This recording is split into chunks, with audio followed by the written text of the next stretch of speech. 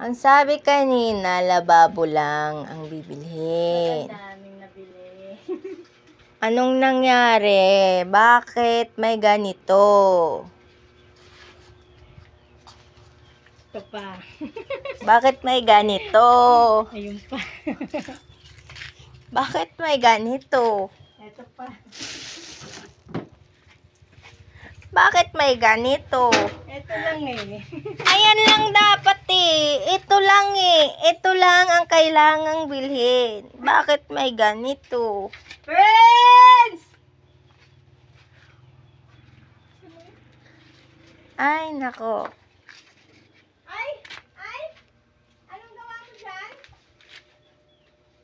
Pero okay na rin. Madulas ka dyan. Okay na rin ito. Para sa pangangailangan. Kada gabi. Okay na rin ito. Wire na lang ang kailangan natin dyan. Bawat kwarto. Tama. Diba? Pwera ito. Magaling na yung Walang bibili nito.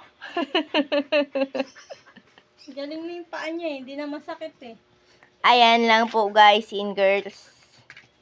Kaya kung ako sa inyo, kung may bibilin kayo, uwi agad. Ayan lang po guys and girls. May milk tea pa pala. Bye-bye! Ay, wag mo na yung milk tea at shawarma. Bye-bye!